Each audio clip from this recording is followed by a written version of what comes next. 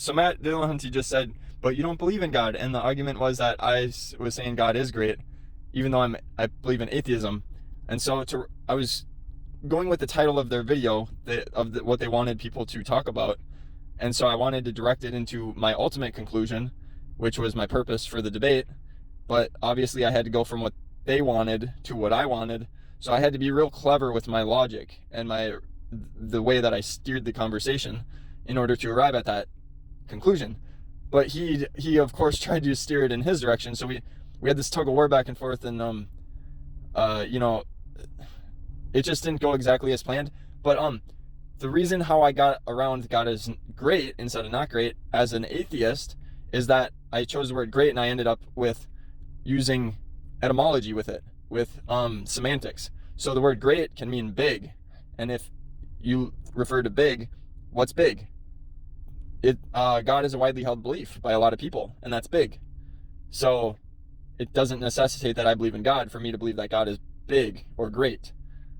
And when I said belief, God is a belief. And then I was going to go into the fact that because God is a belief, you can materialize it, because consciousness is foundationally from physical matter, from the brain, through a process in the brain. So there's multiple parts of the brain that are interacting with each other. So God does exist in the brain, in separate multiple parts. So I know that's kind of reaching there, but it does work. And from there, I was going to try to take the conversation to existentialism and saying that life and existence is energy, not matter. And we kind of got into that here. So God can't. Taylor, you don't believe there is a God, right? I don't believe in existence. I'm sorry, Taylor. See, we were using the word is, and that's the is of identity. If you read about general semantics, that's existence. So it's referring, this whole conversation semantically is, directing into that situation, because we're not using general semantics language. I thought you said you didn't believe in existence. Are you saying transitive property? If A equals energy exists, if you believe in energy, and energy equals existence, then you must believe in existence. But you said you didn't believe in existence. Wow, I got that completely wrong. Yeah, so the reason why he thinks he's got me with the gotchas or whatever is because he's trying to say I'm like moving the goalposts, I'm assuming. But what's happening is that when I say throughout the conversation, I say we got to go deeper, because we have to break down each and every word within the argument. So when he's talking about existence and stuff, then we were breaking it down to duality, and I was trying to bring it all the way to logic. So then when I took it to logic, he kind of just shut it off, and I know you had another point in there. I could look it up, but the purpose, I don't have much time on this video, so I'm gonna just stick with my line of reasoning. And so I was gonna bring it to logic, and that's where he shut it down. But if I were to continue with that rationale or reasoning, I would have debunked logic next. So I stated in the video, logic is just a tool, and he didn't like that. He said I was ignoring him or something. I'll have to double check that later. But the thing about logic is it's a tool for reasoning, but logic is based on math. Math can also support pi or infinity, non-repetitious numericals.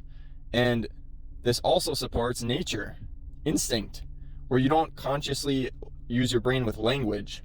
So you can run off of instinct, and you can even use your brain on instinct, because your brain is part of your body. It's a part of a holistic system. It doesn't operate independently. Your thoughts are not independent from your body. It's all physical.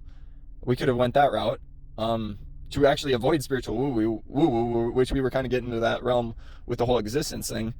And I think we both wanted to steer away from that. But he was getting into some weeds with the phrase he was talking about, and I wasn't sure what that was. And he was just starting to talk about ending the call. So I was like, I got to get this out there about fruit before the call ends. Otherwise, this whole conversation, I'm not going to feel like it went successful, because I didn't get my message out. So I'm like, I offered him, I'm like, this will all conclude with fruit is the only food for humans, if you want to take it there. And that kind of piqued his interest again. And then so he's like, oh, I'm eating licorice. Is licorice fruit? And so I think he was trying to use that as another example for where I went wrong earlier. But you can tell that his subconscious probably actually wanted him to go there, because something's weird. He's like slurring his speech, and I think he's having kind of like some dehydration micro strokes or something's going on. Like, you can tell his wellness is not too great. So he actually entertained the idea for a little while, and we were going about nutrition, and ultimately, yeah, wrapping the whole energy topic into, I was going to wrap that into fruit even. So fruit gives you energy, and it allows the whole argument to kind of come full circle, because you maximize your energy eating only fruit. It gives you the opportunity for your body to maximize its energy. The fruit doesn't give you energy, just by the way. And so he's talking about nutrition, and he's trying to say, I keep trying to break down the words, and he's not really for that, because he's trying to get me with these words. He's trying to say I'm saying one thing and then contradicting myself. But the thing is there's a lot of words in a sentence, and semantics and definitions can be very subjective. So you have to go deep dive into the etymologies of all these words to really get the understanding. So when someone tries to claim there's a contradiction, oftentimes you can wiggle yourself out of that, and you can deflect into another topic. And so he's like trying to say he's trying to like pretend like there's no wiggle room with these. And it's like, you can't just assume that one person has a definition and the other person has the same definition, because there's multiple meanings and definitions for each and every word. So something that might seem blatantly obvious that it's a contradiction, it's not necessarily. And that's why communication is so important, and that's part of debate, is you want to find mutual understanding. But he's not interested in that. He's been through a lot of probably trauma with all these conversations he's had, and he's just probably programmed at this point to just react and respond how he does.